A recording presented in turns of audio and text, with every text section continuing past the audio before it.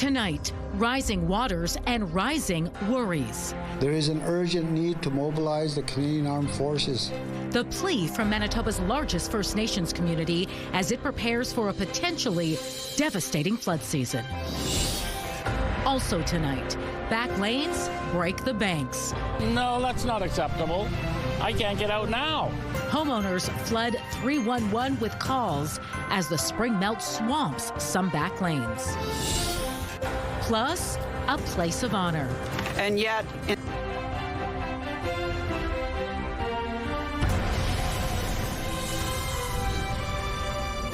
CTV News. Live from downtown Winnipeg with Marilee Caruso. Good evening. Thanks for joining us. Manitoba's largest First Nation is bracing for a devastating spring flood, and today it put out a call to the military for help. Forecasters have told Peguis First Nation to prepare for flood levels as high as what was seen in 2022, when thousands of people were displaced and hundreds of homes were damaged. Standing by live with the latest is CTV's Jeff Keel. So, Jeff, is the military coming? We don't know, but it appears the feds are sending help, including boots on the ground. Peguis First Nation says they're up against it as they brace for a wave of destruction. There is consensus on the risk of the severe flooding. Peguis is left with little time to safeguard the community. Peguis leadership says provincial forecasters have told them to prepare for a 1 in 200 year flood like the one in 2022, when there were hundreds of evacuees and homes damaged.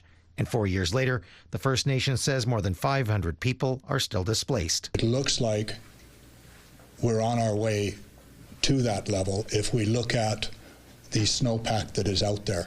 Peguis has started preparations of their own, but they say they need the Canadian Armed Forces in to help with engineering work and sandbagging. If we're going to experience something similar to 2022, the number of sandbags that we're able to produce by that time will be insufficient. The First Nation wants the province to push Ottawa for the military assistance.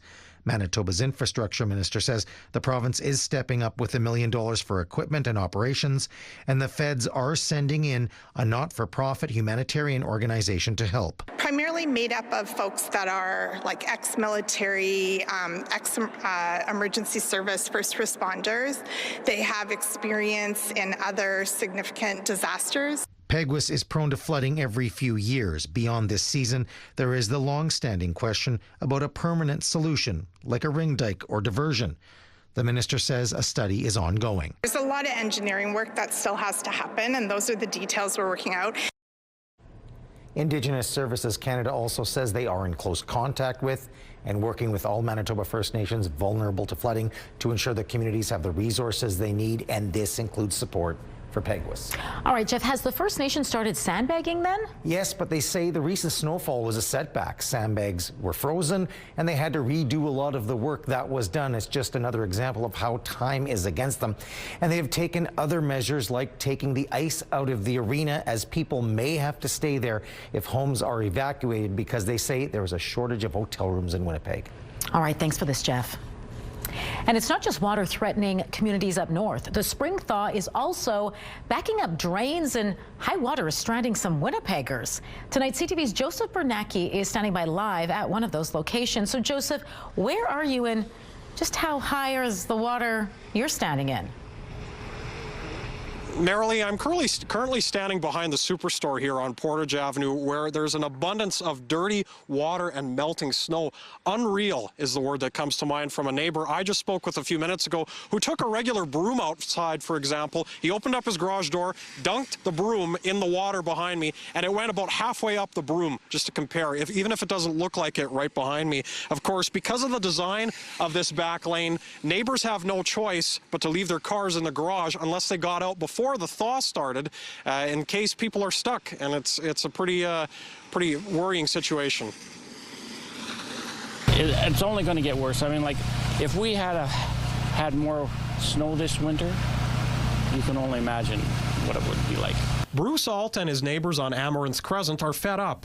He's used to seeing his back lane flood, but not like this. He hasn't been able to use his car in a week because knee-high water is collecting above a plugged drain.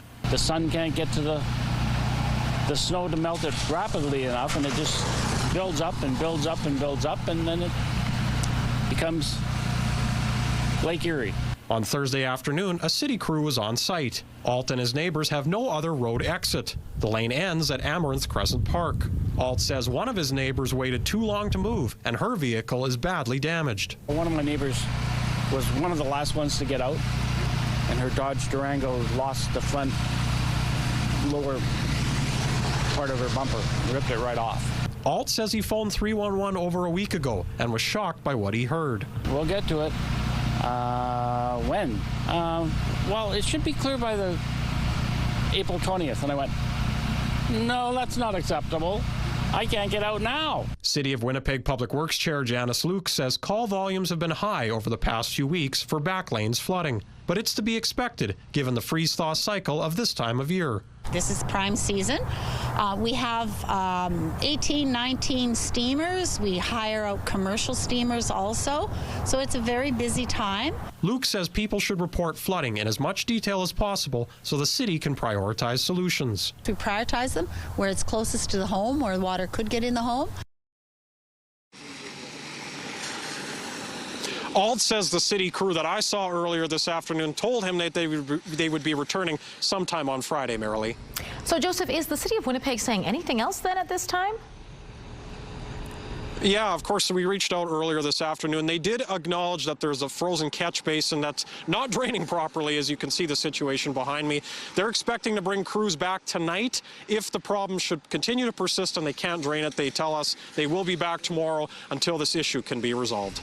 All right, thanks for this, Joseph. Manitoba's only black bear rescue is going over its options and considering legal action to prevent a quarry from being developed nearby. Chronic stress on the cubs from the noise and the vibrations and vehicles and dust and everything that goes on with the quarry operation is just not conducive to running our rescue here. That's Oder Judy Stearns, who says she's extremely disappointed the RM of Rockwood voted in favor of an application from Amrise to operate a quarry near her facility. She says it would be a death bell for her bear rescue near Stonewall, as noise and vibrations from the industrial activity would be too stressful for the animals. How do you can't just pack up a bear rescue with all our enclosures and infrastructure and move it very easily. It would be millions of dollars and it would take a lot of time. But the frustrating part is that the RM of Rockwood Council approved our bear rescue location. We got permission from them, and they gave us permission because it's a quiet area. They thought it was good too, and now they're going to approve an industry right beside us that's not compatible. CTV News has contacted both the RM of Rockwood and the company behind the quarry for comment. We are still waiting to hear back. Traffic was held up on Main Street this morning as crews responded to a blaze near Chinatown. All but one southbound lane was closed for about an hour as firefighters tended to a fire near Main Street and Logan Avenue. Crews could be seen going in and out of a boarded-up building which sustained some visible fire damage. Smoke could also be seen rising from the building. CTV News contacted the city for more information, but we are still waiting to hear back. All right, let's bring in Daniel Helmerson now and get a first look at your Skywatch evening forecast. What are you tracking for us tonight, Danny? Not a whole lot to show you, unlike what we saw earlier this week. Some scattered showers down in the southwest this afternoon, but much of the province is pretty relatively clear tonight, which is a good sign. I say that down south. In the north, we could see some scattered flurries overnight, some light snow as an Arctic cold front moves in, but nothing to get too worried about up there. Here in the south, though, warming up over the coming days. I'll have that complete Skywatch forecast for you later in the show. Taking a look outside, beautiful outside right now. 4 degrees, that's a high for today under mainly sunny skies. The wind out of the southwest at 19, gusting up to 28, and the humidity sitting at 45%. The CTV Live Eye is brought to you by Bathfitter, exclusive home of the PermaFit solution. Police are asking for your help tracking down a person of interest in connection to an arson last month. The blaze at a vacant building in the 100 block of Henderson Highway was discovered by General Patrol officers around 2:15 a.m. March 25th. No injuries were reported, but police are now hoping to find this person. She's described as having a small build and long dyed red hair. She was wearing tasseled mucklucks, a black hoodie, and black and gray striped mittens and glasses. Anyone with information or video footage from around the time of the fire is asked to contact the Major Crimes Unit or Crime Stoppers. A First World War memorial statue, which once stood sentinel at the corner of Portage and Main, is now at its new home. A single soldier standing in quiet reflection. And yet, in that one figure, we see thousands. The soldier statue now looks out over the Field of Honor in Brookside Cemetery, one of the largest military internment sites in Canada. Originally, it was erected outside the former Bank of Montreal building back in September of 1923. It was removed due to redevelopment when the Manitoba MITT Federation purchased the building in 2020. Today, it was rededicated in a new home, but with the same purpose. Here at Brookside, surrounded by those who served, the monument will continue to stand as a place of reflection, education, and gratitude for all who have sacrificed, for all who have served. The monument is a memorial to the 231 BMO staff members who died during the First World War and is modeled after Captain Wynne Bagnall, a bank member who served in the 58th Field Artillery. The Manitoba Institute of Trades and Technology has officially handing off nearly 24 programs to a fellow post-secondary institution as it begins to wind down operations. MITT says 19 programs will continue to be offered through RRC Polytech. This includes 9 unique programs RRC will adopt, such as electronics technician, medical assistant, and hairstyling. Nearly all will continue to be offered at the South Winnipeg campus. A joint information night for prospective students to learn more about the programming is being held on May 7th.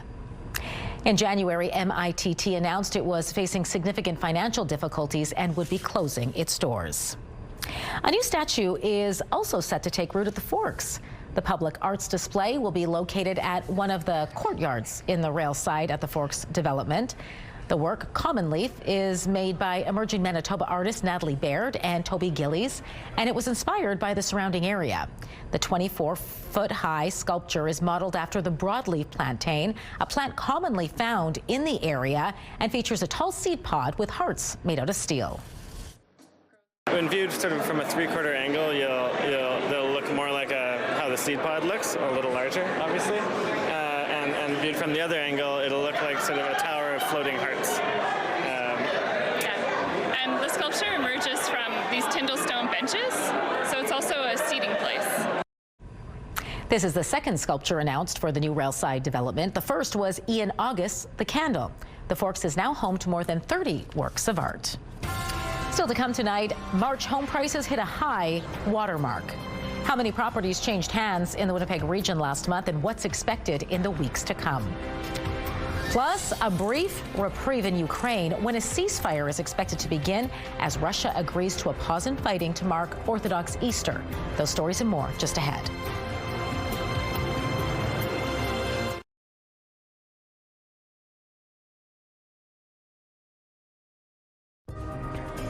Canadian Tire has revealed a new collection featuring the iconic Hudson Bay Company stripes. The summer line includes everything from canoes and outdoor furniture to towels and pickleball sets. It marks the first time Canadian Tire has designed its own products using the HBC trademarks, which it purchased last year for $30 million. The items will become available in store and online starting May 1st. Turning to the markets now, crude oil added $3.46. The loonie rose to 72.35 cents U.S. Gold futures gained nearly $41. The TSX lost 142 points. The Dow Jones jumped 275 points, while the Nasdaq added 181 points. Home prices in the Winnipeg region hit a new high water mark last month as total sales cooled slightly. The Winnipeg Regional Real Estate Board says an average price for a residential detached home of more than $474,500 was a new record for March, up 1% from a year earlier. 722 properties changed hands last month, which was down 7% from 2025. The average price for condos also rose 6% to more than $292,000. The agency says inventory is low right now, contributing to the higher prices, but that's expected to change as the weather warms up. On the second day of a ceasefire with Iran, the shaky deal is facing headwinds as Tehran accuses the U.S. and Israel of violating the terms of the deal. CTV's Joy Malbin has more from Washington. Israel blew up bridges in Lebanon in its battle against Iranian-backed Hezbollah militants. Yesterday's bombings in Beirut, one of the deadliest, says the health ministry, killing hundreds and wounding more. Angering Iran, who insists that attacking Lebanon is off limits and part of the ceasefire. No ceasefire ever goes without a little bit of choppiness. What we have been very clear about is that we want to stop the bombing. We want our allies to stop the bombing, and we want the Iranians to do the same thing. The Trump administration asked Israel to scale back. Today, Prime Minister Benjamin Netanyahu authorizing direct talks with Lebanon aimed at disarming Hezbollah and bolstering a shaky truce with Iran that still has a grip on the Strait of Hormuz. Video shows very little traffic moving through the critical oil and shipping route, opening it a key demand from President Donald Trump, who issued a new warning saying the U.S. military will remain in Iran until such time as the real agreement reached is fully complied with. If not, then the shooting starts bigger and better and stronger. NATO Secretary General Mark Rutte says the alliance is working with Washington to keep the strait open. President Trump has repeatedly threatened to withdraw from NATO over a lack of support for his war in Iran. Some allies were a bit slow, to say the least. But what I see when I look across Europe today is allies providing a massive amount of support, basing, logistics and other measures to ensure the powerful U.S. military succeeds in denying Iran a nuclear weapon. And those high-stakes peace talks set to take place this weekend in Pakistan. The president telling reporters that he's optimistic, adding that if Iran doesn't make a deal, it will be very painful. Joy Malbin, CTV News, Washington. Gas prices have yet to return to comfortable levels, and it's having repercussions if you need to get around. Even rideshare drivers are turning down calls if they think it's not worth the cost of fuel. CTV's Heather Wright now on the ripple effect of the ongoing war in Iran. Erla Phillips has been a rideshare driver for nearly 10 years, and she has never made less money than she is right now. It has been really difficult. There's not enough work to go around, and the work that is offered to us is very low paying. She drives with Uber and Lyft and says the algorithms used by the two companies mean some rides only pay out $2 or $3. That, coupled with the high price of gas, means she's flat out rejecting rides that won't turn a profit. And you were saying that you used to have a high acceptance rate. At one point, I was 85%. And now? Now it fluctuates between the high teens and, 20-something. Phillips says she's not the only driver struggling. She says some are quitting altogether, while others are losing their cars. There are drivers that are having their cars repossessed. There are drivers that are going to food banks. I'm one of them, because I can't afford. Not making enough money. Lyft did not respond to our request for comment. In a statement, Uber says they are giving drivers increased cash back at the pump when they use their Uber Pro card. The intention is to provide relief for drivers and delivery people while rider and consumer prices remain stable and affordable. But some drivers say it's not enough to cover the sky-high price at the pumps. Can you make money on Uber with the price? No. And Uber do not increase the price also. For Erla Phillips, she wants companies like Uber and Lyft to change how they pay their drivers.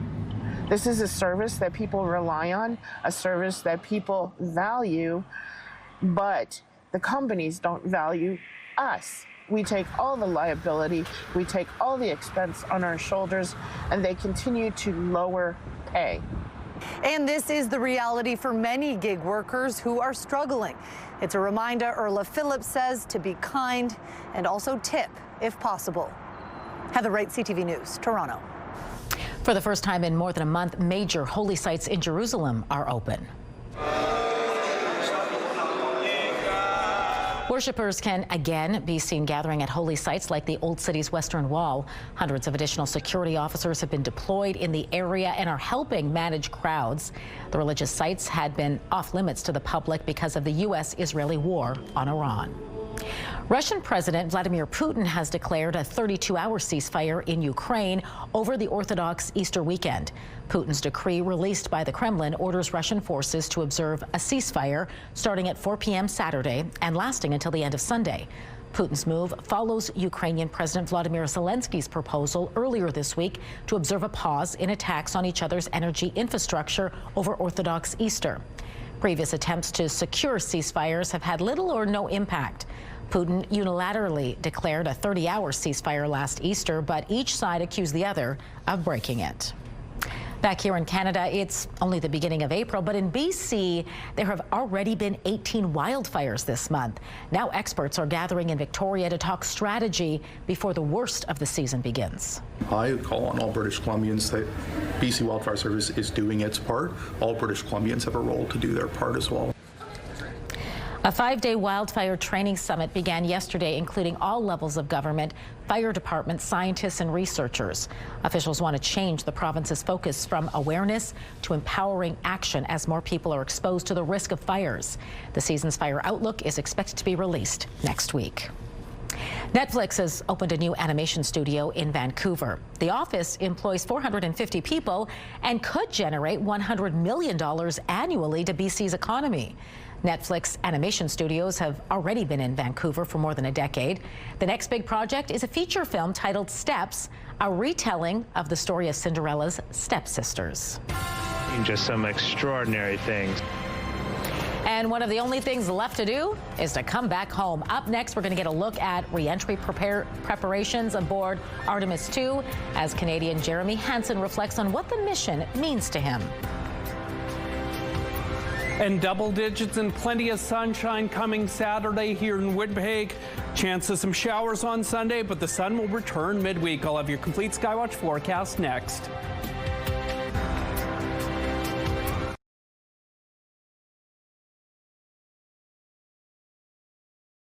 Have a news tip? When you see news happening, let CTV News Winnipeg know. Text your tips, pictures, and videos to 10400. That's 10400. Message and data rates may apply. Just over 24 hours now until Canadian astronaut Jeremy Hansen and his Artemis II crewmates splash down off the California coast. The crew has tidied up their Orion capsule in preparation for the return home.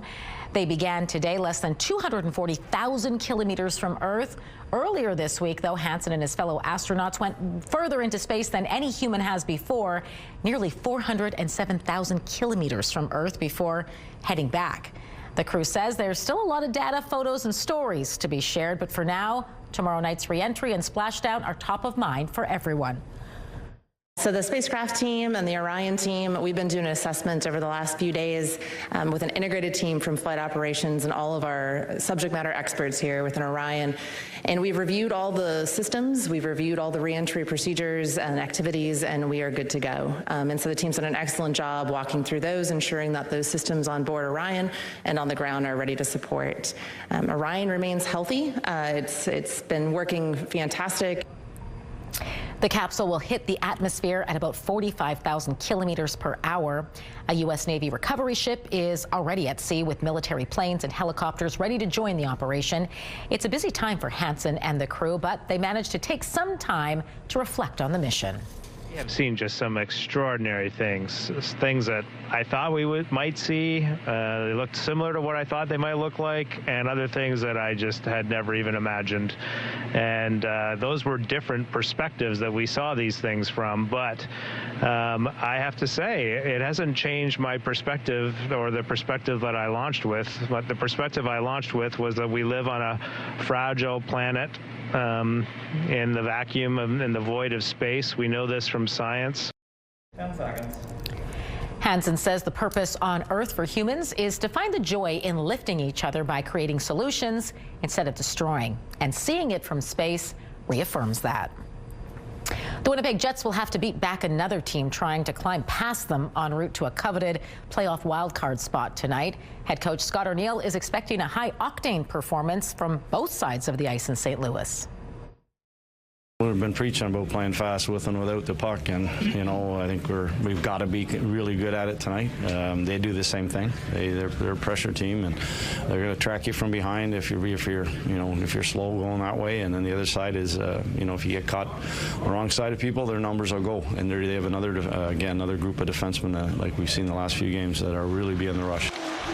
The Jets have had mixed success with St. Louis so far this season. The Blues blanked the Jets 1-0 during their first contest back in December, but the other two meetings have ended in a Jets victory. The Blues are currently sitting 2 points behind the Jets and are 6-2-2 across their past 10 games, sharing a nearly identical record with Winnipeg. It's a big race. Every game's huge for us. So I think just good resets coming after games. Just focusing on that next team. Don't worry about a couple games ahead. Just focus on that next team, and we'll take care of ourselves. Puck drop in St. Louis tonight goes at 7 o'clock, and you'll want to keep an eye on the other scoreboards. The teams the Jets are chasing for that playoff spot are all also in action tonight. Now this includes San Jose, Los Angeles, Nashville, and Utah. The Hockey Report, brought to you by Santa Lucia Pizza. Check out the game day special.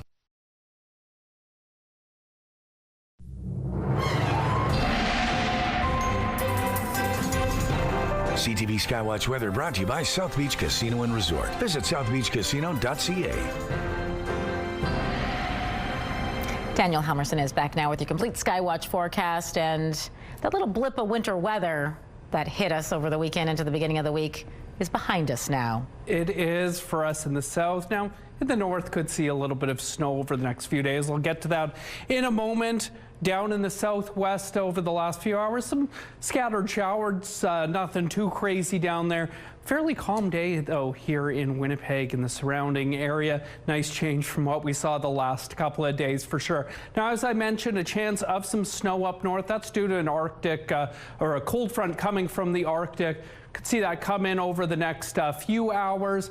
Just a few scattered flurries here and there. Nothing too bad. Parts of central Manitoba could see a little bit as well. In northwest Ontario, they're fairly clear there tonight, though.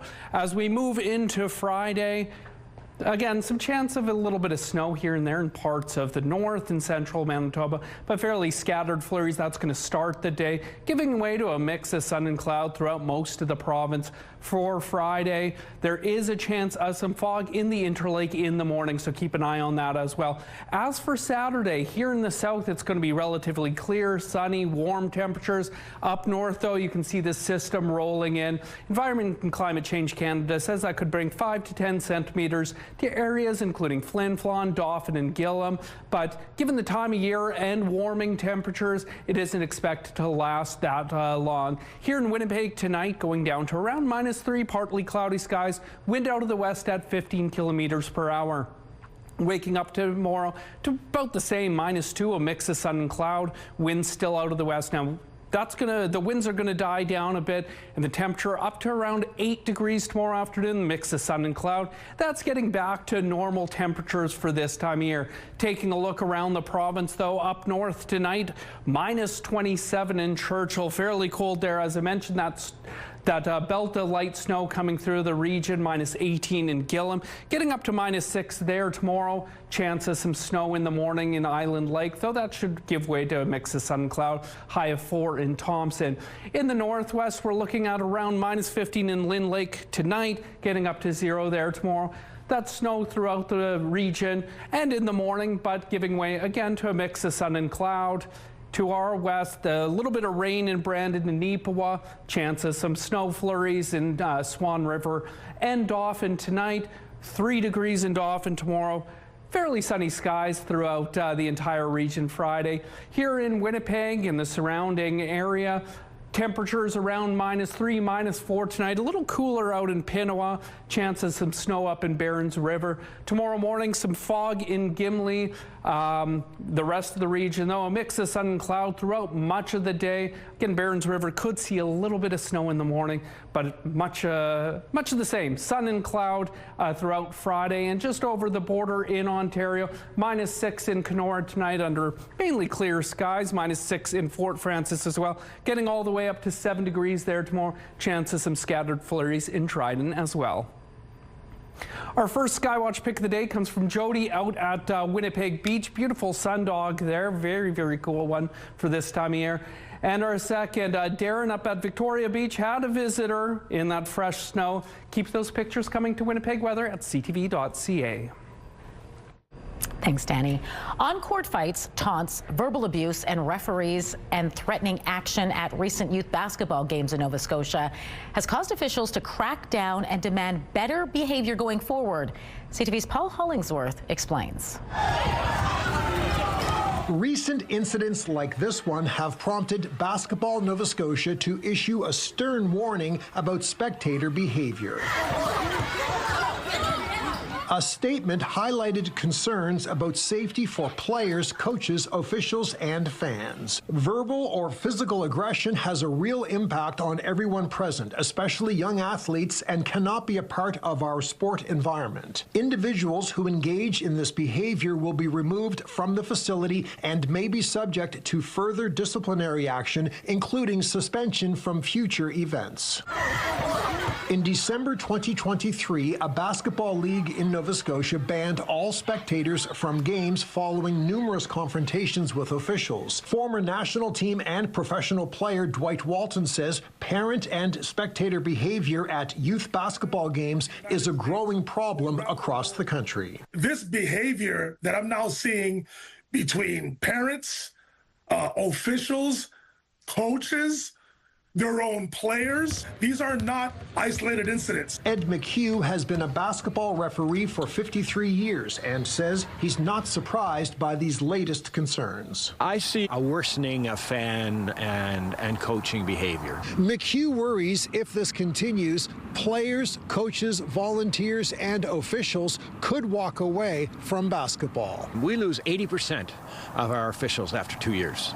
And the reason is mostly fan and some coaching behavior. Basketball Nova Scotia is asking fans to adhere to their code of conduct and fair play policies. Walton hopes they implement a single warning rule to crack down on offenders. The next time if you cross the line, we are going to ask you to be escorted out. He says those who fail to clean up their behavior should be barred from basketball games forever. Paul Hollingsworth, CTV News, Halifax.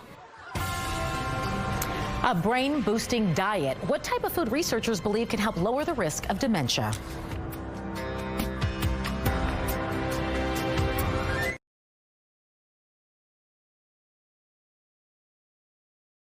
Get Winnipeg's top stories, breaking news alerts, and watch live. Download the CTV News app. Break-ins, vandalism, and shoplifting are on the rise across Canada, but the crime rate here in Manitoba is among the worst. And according to new data, it's taking a toll on small businesses. Joining me now to talk more about the daily pressure facing business owners is Brianna Solberg with the Canadian Federation of Independent Business. Brianna, great to speak with you. Thanks for having me. First, just give us an idea of how concerned business owners are in this province about crime. Yeah, so crime has essentially become more than just a minor inconvenience or a potential risk for small businesses. It's a daily operating pressure. And we have around 61% of our Manitoba small business members saying that they perceive crime to have increased in their community over the last year. And that matches sort of the StatsCan data that we've been seeing. Manitoba and Saskatchewan continue to report the highest crime rates and highest crime severity index. So it's a serious concern for small businesses, and it's forcing many to change the way that they operate. How much of that concern is for the personal safety of staff and customers? Yeah, so obviously it takes quite a mental toll on business owners when they're not only concerned about their property and their own safety, but of that of their staff and their customers. So many are keeping their doors locked during the day. They're making sure they staff multiple people at once so that no one's working on site alone, or they're changing their operating hours just to enhance safety and taking matters into their own hands. Is this impacting the bottom line and, the future of businesses? Well, this does certainly come at a cost, as you could imagine. If you're keeping your doors locked during the day, it can send a signal that you're not open for business. And businesses want to be able to serve those in the community. They want their communities to be vibrant and safe, but they feel like they're the ones really on the front lines of this. And unfortunately, when they're the victims of theft, break-ins, vandalism, they will pay out of pocket for those costs associated because they're too afraid to make insurance claims because they don't want their insurance premiums to skyrocket. So what measures then are needed to address these rising crime trends? What are businesses asking for? Well, the Manitoba Security Rebate is certainly a good start. That's around $2,500 that businesses are eligible for to help with security costs or the costs to repair damages due to crime. But we want more tangible measures to address the root causes of the problem. So harsher penalties for organized crime and repeat offenders, and just a greater police presence and faster police response times, and a streamlined process for reporting as well, so that businesses can easily report when they're the victims of crime rather than dealing with an administrative burden. Well, Brian, I want to thank you so much for your insight into this new data. It was great speaking with you. Yeah, thanks for having me.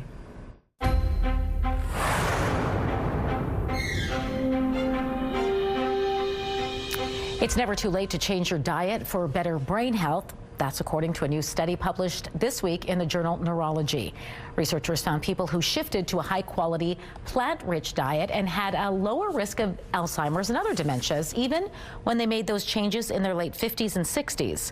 Over a decade, participants who cut back on unhealthy foods saw about an 11% drop in dementia risk.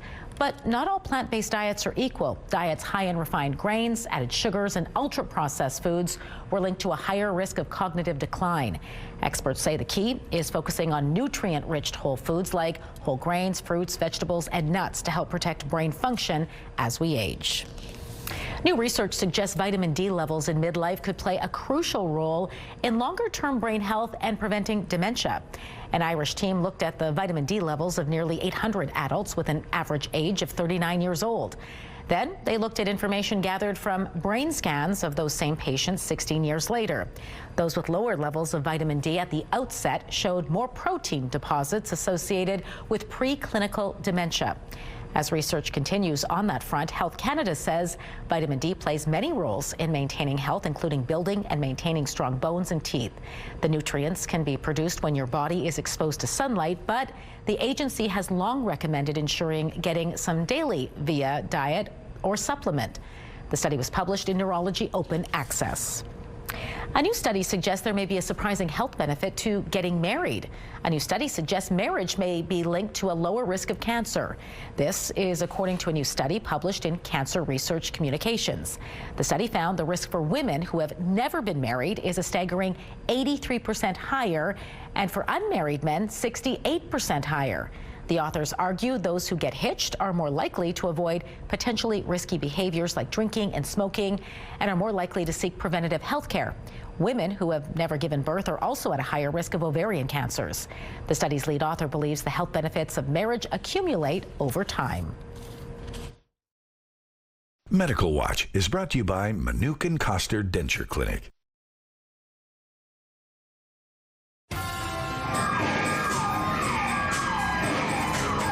A glitch in the Matrix, how MTYP's latest show will peel back the curtain and take you someplace special.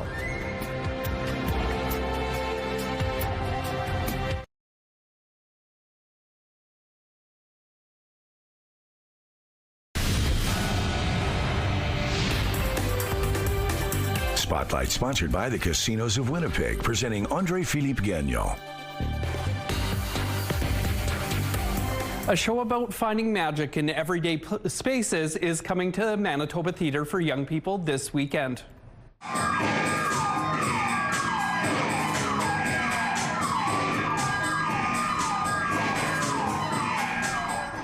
It's called Glitch. It's about 4 explorers who enter the mysterious basement of a deserted theater and find themselves delving into a new universe. A playful laser beam becomes their guide, and their curiosity leads to exciting new discoveries and the creation of powerful bonds.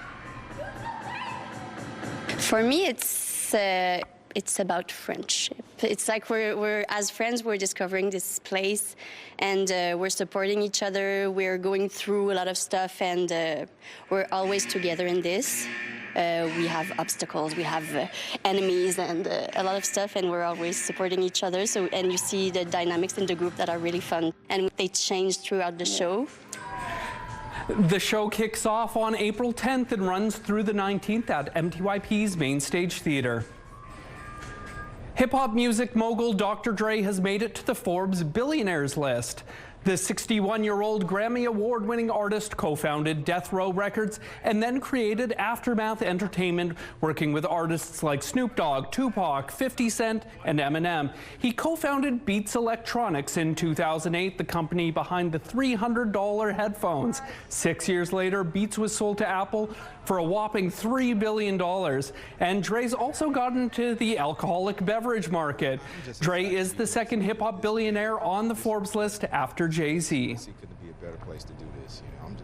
And Hulu has revived Malcolm in the Middle with a 4-part series subtitled Life's Still Unfair. This family's non-stop antisocial behavior and mindless, myopic priorities are toxic to me. Can I at least give you a hug? Not physically. You. Looking forward to this one. The show picks up 20 years after the original, with Malcolm, now a father, trying to protect his daughter from his chaotic family. Original creator Linwood Boomer and his wife Tracy Katsky Boomer developed the revival, focusing on Malcolm's struggles as a parent. Some of the original cast members, including Bryan Cranston and Jane Kaczmarek, returned to their old roles. The revival explores family dynamics and the legacy passed to children. Malcolm in the Middle, Life's Still Unfair premieres tomorrow on Hulu. And the BTS Army is out in full force for the start of the band's world tour. I think BTS is one of the reasons I moved to Korea. I've been living here for 5 years now. I learned from them that we should love ourselves. Yeah, from their music and their culture, how they bond together as their team or as a friends. The first show is happening at Goyang, South Korea. Now, it was raining out, but that didn't stop fans from having a good time. Reports from inside the stadium say the show leans heavily on the band's new album. BTS is making more than 30 stops during the tour. That includes 2 shows in Toronto in August. And your Thursday primetime lineup kicks off with Next Level Chef at 7, then 4 episodes of The Big Bang Theory back-to-back starting at 8. Georgie and Mandy's First Marriage wraps up at 10. It's all right here tonight on CTV.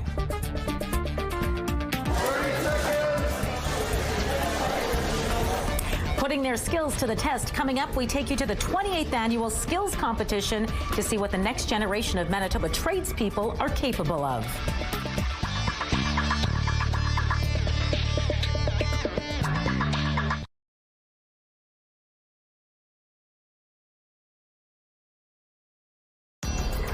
Women's clothing provided by RW & Company. Salon services provided by S&T Spa Salon. Tonight, a new challenge driven by conflict. It has been really difficult. There's not enough work to go around. How the fallout from the war in Iran is reshaping ride shares and your next ride. Later on CTV National News and watch on Crave. A look outside on Sterling Line Parkway there. 4 degrees still here in Winnipeg under mainly sunny skies. Wind out of the southwest, gusting up to 28 kilometers per hour. And we hit that 4-degree mark today, still below those seasonal averages for this time of year, which is around 9 now. The best part, though, that sunrise getting earlier and earlier and the sunset later and later. That's the best part of spring in my mind. And taking a look at our 7-day forecast, as I mentioned earlier, getting up to 11 on Saturday with mainly sunny skies. Some showers likely on Sunday with a high of 9, cooling off just a bit on Monday under mostly cloudy skies. But then the sun returning on Tuesday and Wednesday with highs at 11 and 12. That's more like it. Thanks, Danny. All right, hundreds of Manitobans put their skills to the test in dozens of trades today.